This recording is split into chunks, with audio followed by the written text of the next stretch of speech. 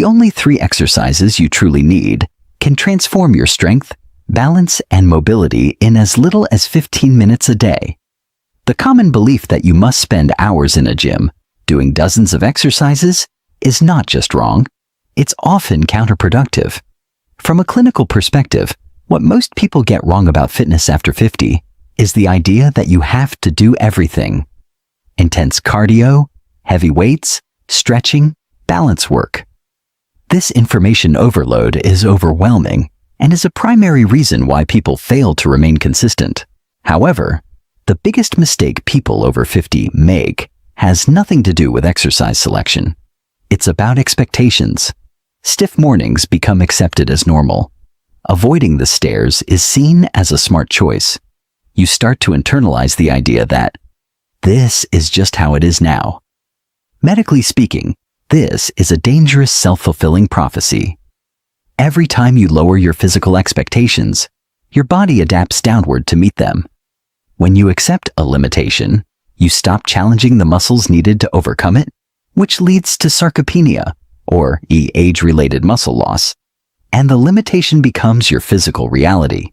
You do not have to accept this. This decline is reversible with a targeted approach, using 3 specific exercises. You don't need a gym, and it's easy to start even if you've never exercised before. Today, I will show you the exact 3 movements that engage every major muscle group essential for your independence. These are scientifically proven exercises that directly address the biggest physical challenges faced after 50. We will cover the one exercise that is paramount for preventing falls and building total body strength, the movement that maintains upper body power and corrects posture, and the simple exercise that protects your spine.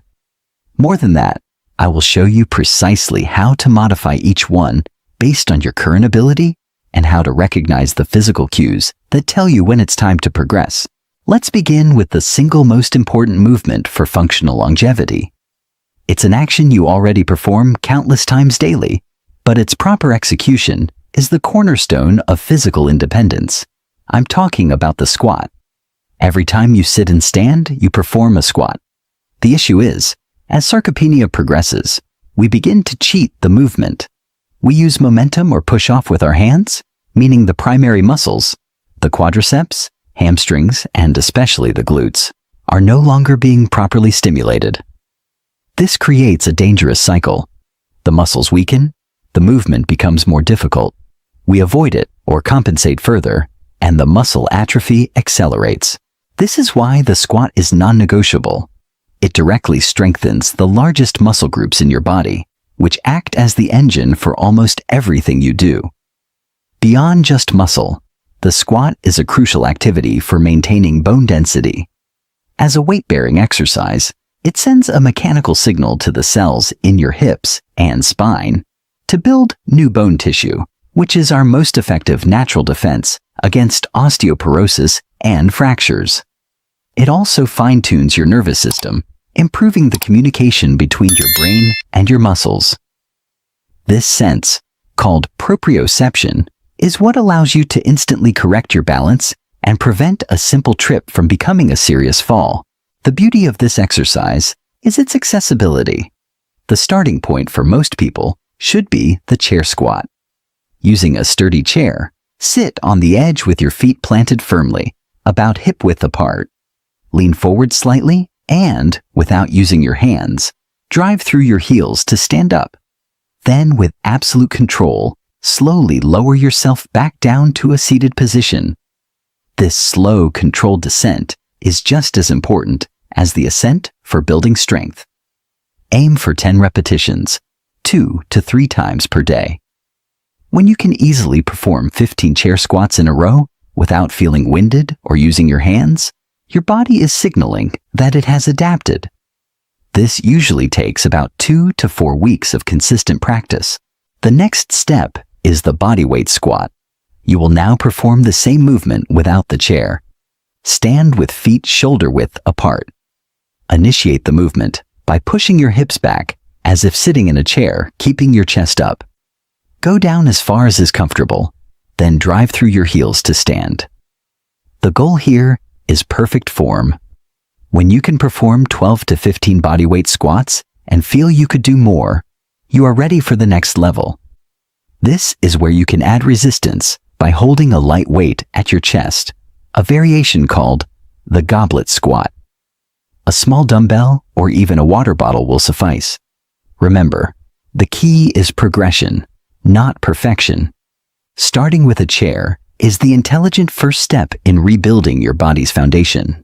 Having a powerful lower body is the foundation for mobility, but our interaction with the world is often dictated by the strength of our upper body and the integrity of our core.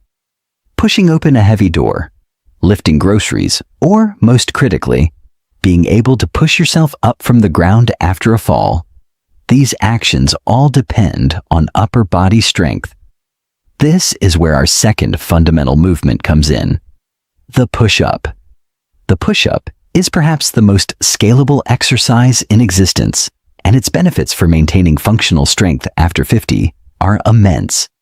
It is a compound movement, meaning it engages multiple muscle groups simultaneously. Your chest, your shoulders, your triceps, and, crucially, your entire core. From a clinical perspective, the push-up is also a powerful tool for improving posture. With prolonged sitting, many people develop what's called upper crust syndrome, characterized by a forward head and rounded shoulders.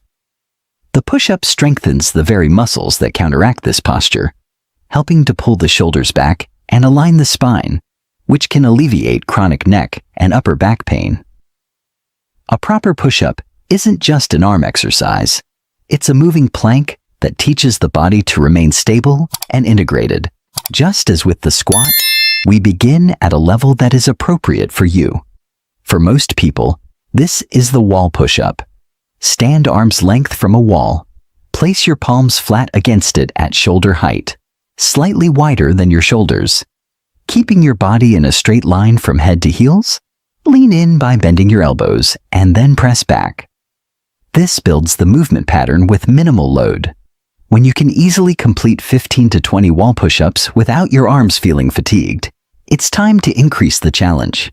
We do this by moving to the incline push-up. Find a sturdy table or bench. The higher the surface, the easier the exercise. Place your hands on the edge and walk your feet back, performing push-ups at this angle.